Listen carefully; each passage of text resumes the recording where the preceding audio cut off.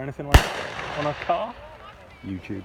Absolutely brilliant. Put in the model of the car, you know, front lamp, change, and it just shows you exactly how to do it. It's absolutely amazing. But now Dylan and Ryan, they've got this, they're going to hate me for saying this when I'm recording, but so they've got a YouTube channel, and what they're trying to do is just big up Northeast running. So all the middle distance races, well, and 4s and 8s, I guess. 4s, 8s, 15s. And it's all the kids who are out here running are the ones following it. And look, you know, watching themselves run. And so this lad, his father was a... the hammer? No, different story. I read papers and things like that. This lad, his father was a Manchester United life supporter. Right. Anyway, time marches on, and Dad's taken into hospital, and he misses the first match for sort of 35 years or something. Mm-hmm. So son thought he'd stream the match to his dad, and then he thought to himself, well, why not? So he did something. He pressed some button or somewhere, and he had, was it 128,000 viewers, including viewers in Singapore. What was he was at the match? Yeah, he was at the match. He just it was just following the Manchester United match, and you think, bloody hell, people have paid millions and millions of pounds to do that, and he's doing this off a bloody mobile phone. It's so clever. You know, the technology now is just amazing. I was over. My son lives in Switzerland, so my wife goes over, and they got females talking about grandchildren. And son says to me, Dad, do you want to watch some football? So I said, yeah. So I said, come upstairs. So they went upstairs. What country do you want to watch? He's got one of these Apple boxes, has he? Oh, I don't know. He's an IT. I don't know. He's IT. It is crazy. I mean, it's still ridiculous in this day and age that you can't watch a 3 o'clock kickoff, you know, live on telly. Well, someone's got to pay the £113 million for the transfer fees, haven't they? Exactly. Actually, it's not the spectators, isn't it? Because the spectators now,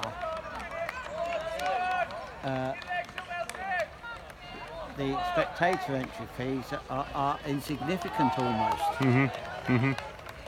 I totally agree. But surely we'll get to a point where you can have a pay-per-view any football match you want. You know, well, £5 and... That is obviously on its way. It's got to be. But the question is, why pay-per-view? It will just be per-view, or I don't know. Yeah. I don't know. No, but I mean, in school, I mean, I've been teaching 20 years. I teach at Bede Academy in Blythe. Oh, right.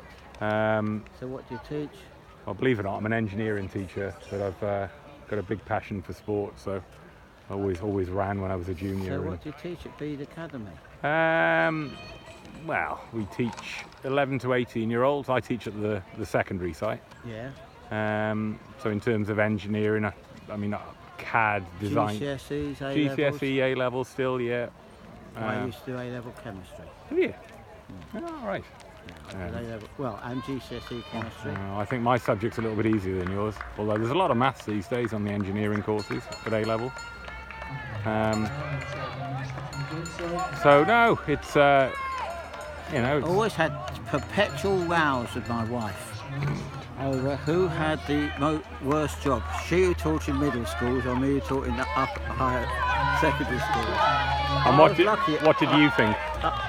Well, I think the answer is very much depends what school you're at. I mean, she taught at Morpeth. Right. Okay. And if you've got 33 kids if you've got 65 kids in a year, is that to be split into 2 classes? Too large. Too large, and you know you can't reduce it to 3 classes. No. So I had to give her. On the other hand, the kids are much smaller. They don't seem as if the class is quite full. I got to be honest. You know, I've done many a primary school. I like teaching secondary. Yeah, I do. Until the national curriculum came in.